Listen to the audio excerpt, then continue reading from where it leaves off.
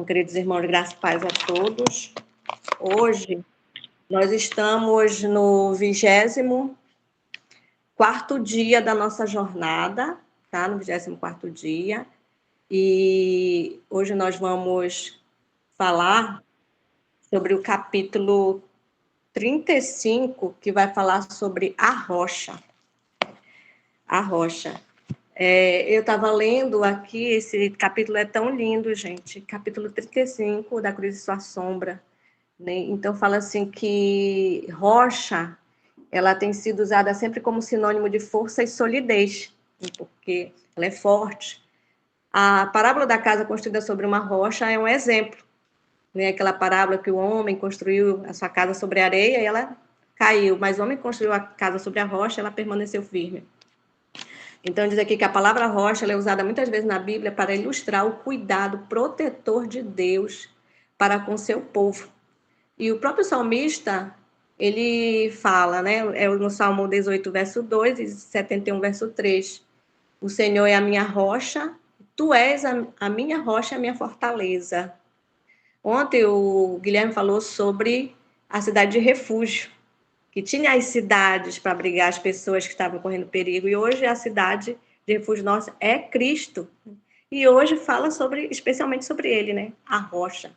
Então o salmista fala de Selá, que ocorre mais de 70 vezes nos salmos, nessa palavra, e é definida pela maioria dos comentaristas como uma pausa ou nota musical. Também é definida na referência marginal da Bíblia King James como a rocha. E é bastante apropriado que, ao cantar acerca do grande poder de Deus ao conduzir o seu povo, o salmista pausava um momento para meditar sobre Selá, que é a rocha espiritual que seguia e a pedra. Então, nós vemos aqui que, mesmo na caminhada ali, conduzindo o povo, eles tinham esse momento com Deus. E nós devemos meditar nisso, porque hoje a vida é tão corrida, as pessoas, eu estou correndo, minha vida é corrida, e deixa Cristo para depois, vai deixando para depois, quando vê, já está bem longe de Cristo. Muitas vezes as vitórias é bastante apropriado que o cantar, né? Acerca de grande poder de Deus ao conduzir seu povo, o salmista pausava um momento para meditar sobre Selá, a rocha. Muitas vezes as vitórias tomariam o lugar da derrota em nossas vidas diárias. Se em nossas músicas inseríssemos as mesmas pausas usadas pelo doce cantor de Israel. Se na correria da nossa vida diária pausássemos para meditar sobre a rocha, poderíamos dizer com Davi, no recôndito do seu tabernáculo me acolherá, elevar-me-á sobre uma rocha. Então ele está falando aqui que precisamos ser igual Davi, né, nas situações difíceis da nossa vida, ter essa pausa de ir até a rocha que é Cristo. Os 40 anos de peregrinação dos filhos de Israel foi na Arábia Pétrea, ou na Arábia Rochosa, como às vezes era chamado. Rochas os confrontavam em cada curva da sua jornada, mas dessa rocha Deus fez com que fluísse água para saciar sua sede, do mesmo modo em nossas jornadas diárias, as rochas de dificuldades que nos parecem intransponíveis se provarão se nos escondermos em Cristo. Nada além de uma vereda para maiores vitórias. Então, nas nossas vidas também não são diferentes. As rochas sempre vão aparecer no nosso caminho, né? Mas se nos escondermos em Cristo, Ele vai nos dar vitória. As rochas sempre aparecerão, mas devemos confiar e se esconder em Cristo. Deus disse, eis que estarei ali diante de ti sobre a rocha em Horebe, ferirá a rocha, dela sairá água, e o povo beberá. Moisés assim o fez na presença dos anciãos de Israel. E a multidão, né, ali sedenta, viu água pura e refrescante escorrer da sólida da rocha, quando Deus falou para Moisés, bate aqui na rocha. Eles beberam e foram revigorados para a sua jornada. Não padeceram sede, quando ele levava pelos desertos, fez escorrer água da rocha, fendeu a pedra e as águas correram. Quando nós somos saciados, Senhor, quando nós somos saciados na rocha, né, da água da vida, quando a gente está em comunhão com Deus e vai vendo as bênçãos do Senhor. Isso não quer dizer, não, eu vou ser uma pessoa de oração, não vou ter problema. Você vai ter muitos problemas. Mas esses problemas você vai conseguir enfrentá-los, porque você está firme na rocha. E esses problemas não vão mais te abater, Vão te entristecer, sim, você é humano, você sente, mas não vão te deixar abalado, prostrado, não. É quando Paulo diz assim, quando penso que eu estou fraco, é que estou forte, porque é quando você se joga realmente com coração contrito perante Deus, e você sente Deus te fortalecendo, Deus te reanimado. Não era um escasso suprimento de água, pois correram qual torrente pelo deserto, durante toda a sua jornada, foram milagrosamente abastecidos com água. O fluxo não continuava a fluir do primeiro lugar onde a rocha fora ferida, mas onde quer que precisasse de água das rochas ao lado do acampamento, a água brotava. Então, Deus ali supriu a sede deles, né? Tanto física quanto espiritual. O salmista fez bem em ordenar a terra tremer perante o Deus que poderia transformar a rocha em lençol de água e o seixo manancial. Eu gosto muito de assistir a vida dos animais, tem uns documentários dos animais, né? E ontem falou sobre os lugares do planeta e falou do deserto, né? E deserto. Então, antigamente, o deserto ele era um manancial de águas. E hoje é aqui não tem um pingo de água, né?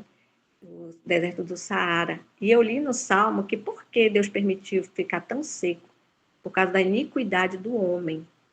Quando os israelitas avistaram a terra prometida, a água deixou de fluir. Deus diz que deveriam tirar a água dos poços enquanto passavam por Edom. Por mais estranho que possa parecer, depois de beber das fontes milagrosas no deserto por tantos anos, agora começaram a murmurar e reclamar, porque a água já não jorrava das rochas ao lado do seu acampamento. Olha só, ele já estava acostumado, né? E quando Deus disse, não, agora vocês vão ter que cavar, e vão ter que beber dos poços, eles acharam ruim. Acharam ruim. Isso aqui é uma reflexão para a gente, que Deus está dando bênção, bênção, bênção, bênção. Mas quando vem a prova, você reclama? Não. Nunca esqueça de uma coisa, irmãos. Deus nunca dá uma prova que você não suporte. Então, se você acha que está sendo massacrado, pense nisso. Não, peraí. Se eu estou passando é porque Deus sabe que eu vou suportar, que eu vou vencer. É nesse pensamento que você tem que estar atento. Então, foi assim que na fronteira de Canaã, Moisés, o servo do Senhor, cometeu o pecado que impediu de entrar na boa terra. A pedra já havia sido ferida e o Senhor disse a Moisés para reunir a congregação e falar à rocha diante de seus olhos, e esta lhe daria água.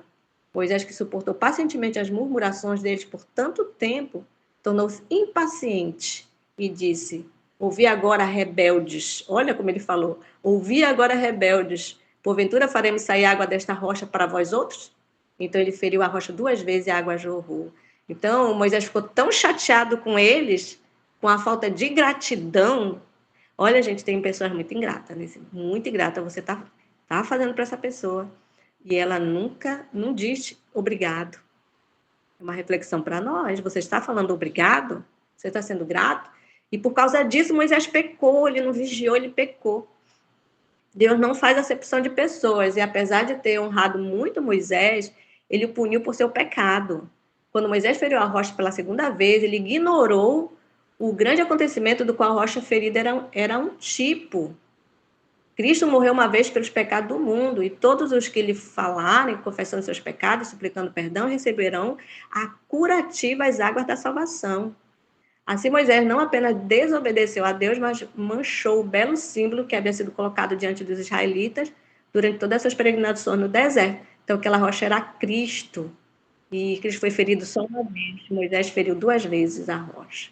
Os escritores da Bíblia muitas vezes se referem à experiência ligada à rocha ferida para ensinar sobre o terno cuidado de Deus para com seu povo. Isaías diz: cada um servirá de esconderijo contra o vento, de refúgio contra a tempestade, de torrente de água em lugar de seco e de sombra de grande rocha em terra sedenta. Paulo nos diz que esse homem, que era um esconderijo, um refúgio, como torrente de água, era Cristo, a rocha. Ele é a sombra de uma grande rocha em uma terra sedenta. O que ele era para os israelitas será para todo aquele que nele confiar. Então, Cristo deve ser tudo para nós. A proteção, a água, o pão. A água refrescante flui ao lado de cada acampamento. Todos podem beber livremente da fonte doadora de vida, fluindo da rocha ferida uma vez sobre a cruz do Calvário. Quem quiser, receba de graça a água da vida. Hoje você está recebendo essa água, a água da vida. Você anseia beber essa água?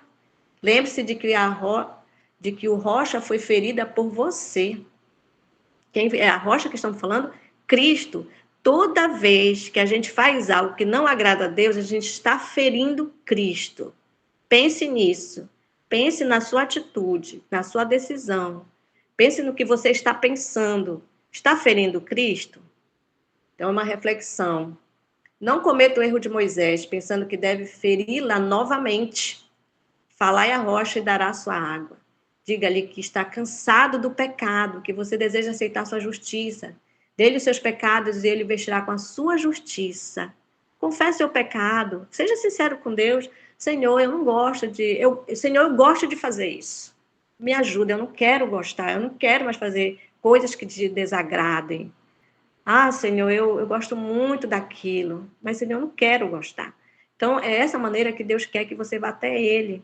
Seja sincero, não camufle o seu pecado, não. Porque aquele que camufla o seu pecado e oculta o seu pecado, ele não progride. Ele luta, batalha e não vai para frente. Pode observar. Agora, quando você confessa, Senhor, olha, eu não quero mais ser assim, me ajude a ser assim. Deus te abençoa muito. O Rio Amazonas, ele faz aqui um exemplo, o Rio Amazonas ele derrama no Oceano Atlântico um volume tão grande de água que por quilômetros mar dentro a água permanece doce. Conta-se que um navio navegando no oceano perto da foz do Amazonas tinha esgotado seu suprimento de água doce e sinalizou para outra embarcação à distância em busca de água para beber. A resposta foi sinalizada de volta: mergulhe e beba. O capitão pensou que não havia entendido e sinalizaram novamente. A mesma resposta voltou do outro lado das águas. Com indignação, ele disse: eles dizem, mergulhe e beba. Jogue o balde e experimente a água. Para sua surpresa, o balde trouxe água doce e sua sede foi saciada. Muitas vezes, pensamos que estamos na terra do inimigo e o Senhor está muito distante, mas a corrente do rio da água da vida flui para todas as portas. Temos apenas um mergulhar e beber. Se desejarmos ser guiados ao sol da presença de Deus e sentir o seu cuidado protetor. Então, hoje, na reunião online, você que está iniciando aqui com a gente, você tem essa oportunidade de mergulhar e beber. Como é que eu vou mergulhar e beber? Hoje, a partir de hoje, eu quero ter um contato mais íntimo com Deus. Então, eu vou começar a ter as minhas experiências com Deus no meu PV, nas orações, me acordando.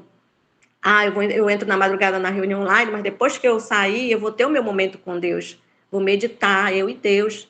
Vou meditar na palavra de Deus, vou conversar com Deus. Eu preciso desse momento, eu e Deus. Tem as orações de meio-dia, das 18 horas, da meia-noite. Então, eu posso, esses momentos, eu e Deus. Eu preciso ter isso. Eu preciso mergulhar, né, e beber dessa água que é Cristo. Como Davi precisa muitas vezes clamar: leva-me para a rocha, que é alta demais para mim. Pois tu me tens sido refúgio e torre forte contra o inimigo. Habite eu no teu tabernáculo para sempre. No esconderijo das tuas asas eu me abrigo. Né? Então, precisamos falar, pedir isso para as nossas vidas. Enquanto o fundamento da igreja cristã é o ensinamento dos apóstolos e dos profetas, Jesus Cristo é a principal pedra angular. Cristo é a pedra que vive, rejeitada, assim, pelos homens, para que com Deus eleita e preciosa. Cada pessoa da terra, em algum momento, entrará em contato com essa pedra. Então, você, hoje, está entrando em contato com essa pedra, se você é novato aqui. Se você não conhece, você está conhecendo, está entrando em contato com Cristo. Cairá sobre ela e ficará em pedaços, para que possa ser uma nova criatura em Cristo Jesus, ou rejeitará a pedra, e esta, afinal, cairá sobre ela e a destruirá? O que ele quer dizer isso? Como é cair na pedra? É você se entregar, é você confessar todas seus pecados, suas transgressões, e pedir para Deus, para Jesus, realmente te transformar. Senhor, eu quero ser uma nova criatura. Eu quero que o Senhor comande a minha vida. É isso que é cair e se despedaçar sobre a rocha. Aí, ou você vai querer ser uma nova criatura, ou vai querer continuar na vida que você quer, ou vai rejeitar esse apelo, né, esse convite. Bem-aventurado aquele que faz de Cristo a principal pedra angular. Olha, feliz é aquele que coloca a Cristo como prioridade na sua vida. Em todas as suas tarefas diárias, tudo que você for fazer, você for decidir, você for negociar, você for comprar, coloque Cristo na frente. Irmãos, você não tem prejuízo. você só tem bênçãos. Jesus nos pergunta hoje, como fez a Pedro antigamente: quem dizes que eu sou? Nossas vidas dão a resposta. Olha, ele fez essa pergunta para Pedro: quem dizes que eu sou? E Pedro falou: tu és Cristo, é o Messias. E a nossa resposta é a nossa vida. Como é que eu estou agindo no meu dia a dia, na minha casa, quando eu saio, no meu trabalho, na escola? Como é que eu estou agindo? Eu estou agindo como cristão? Eu estou sabendo representar Cristo? A resposta de Pedro foi: tu és o Cristo, o Filho de Deus vivo. Esta resposta lhe fora dada pelo Pai. Cristo respondeu: tu és Pedro. Nessas palavras, ele reconheceu Pedro como seu discípulo, pois ele lhe havia dado o nome de Pedro quando chamou para segui-lo. Então, você está sendo um discípulo de Jesus? Irmãos, ontem, quando eu falei sobre, se eu morrer, continuem, né? Continue o trabalho aqui de intercessão, chocou muita gente, as pessoas ficaram preocupadas e me ligaram, né? Me ligaram: Alexandre, olha, o irmão Edilson, eu digo que ele é meu médico particular. E ele me ligou: vem para cá, passa uns dias aqui, para a gente te cuidar. Eu disse: não, calma. Eu falei aquilo, não é que eu estou doente.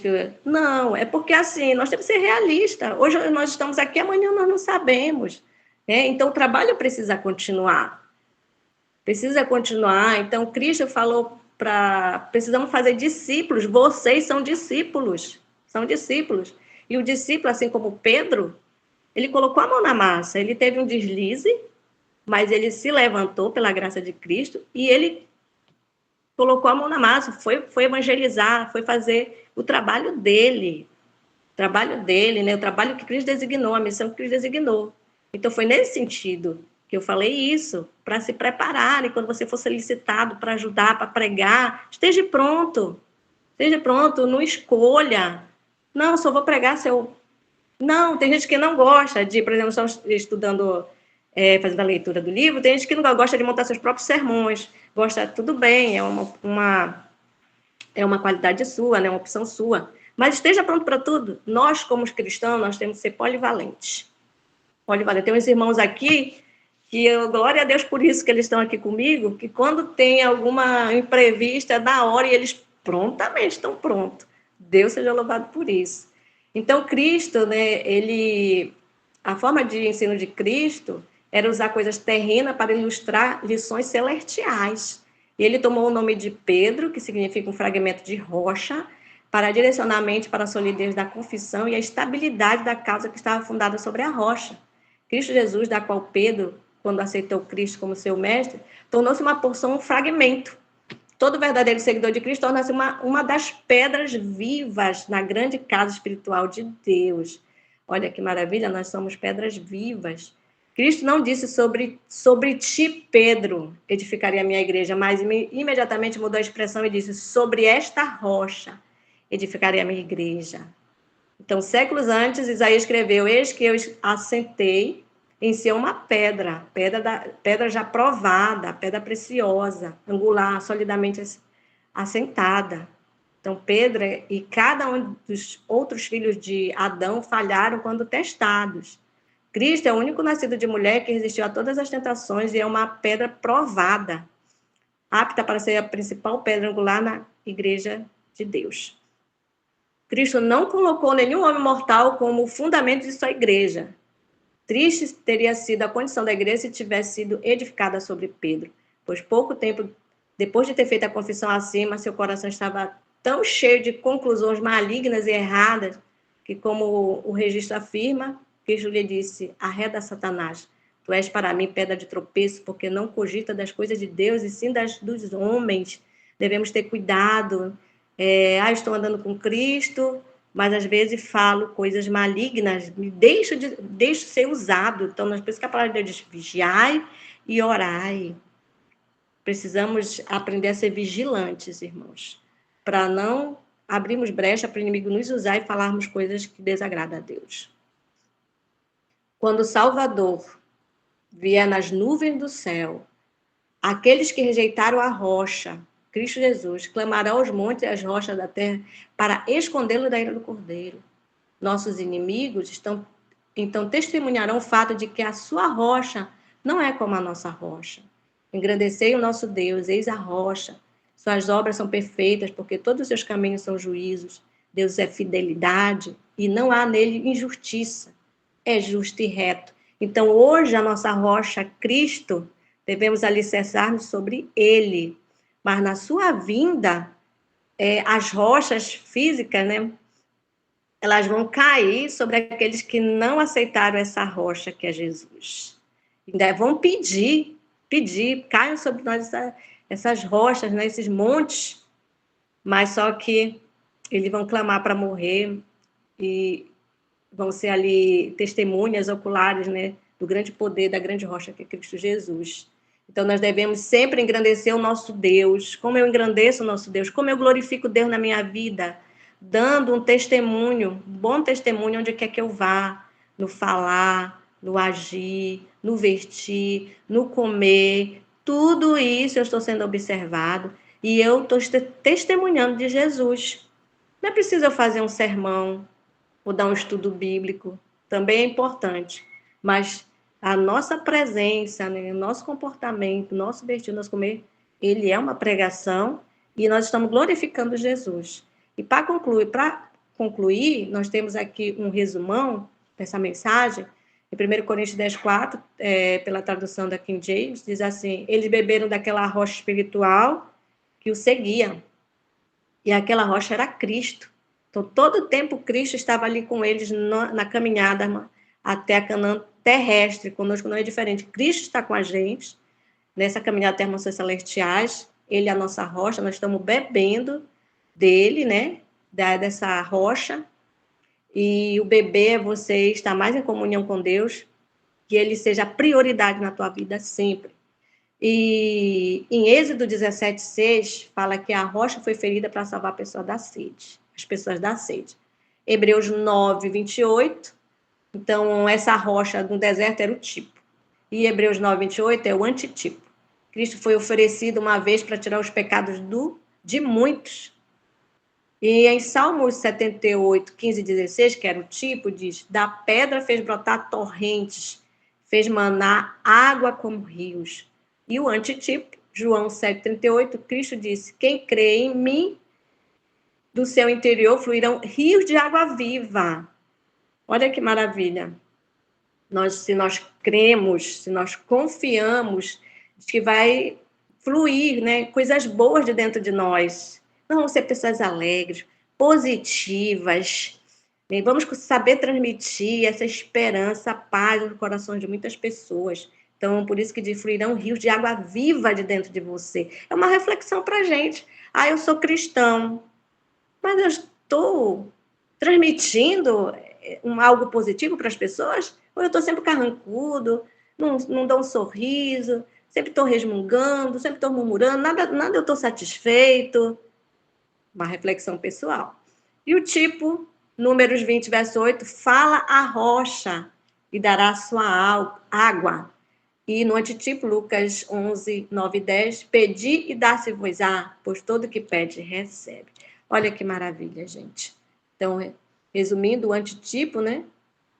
Cristo, ele foi oferecido uma vez para tirar os pecados de muitos. Cristo morreu na cruz por nós. E Cristo, ele deixou uma promessa que se eu creio, se eu confio nele, do meu interior vai fluir rios de água viva. Rios de água viva. Eu posso passar o que for, eu não vou me abater. E pedir, dar-se-vos-á. Nós devemos pedir. Senhor, eu quero beber dessa água, porque todo que pede, recebe. E eu quero contar uma experiência baseada aqui, né? Quem crê em mim, do seu interior fluirão rios de água viva. Eu estava assistindo um documentário sobre os otomanos, quando eles invadiram uma determinada localidade, tinha um mosteiro lá acho que devia ter umas 30 freiras.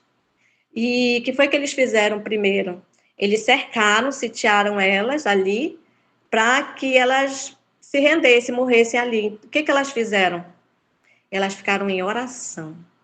em oração ali. Todo o tempo do sítio, eles ficavam em oração.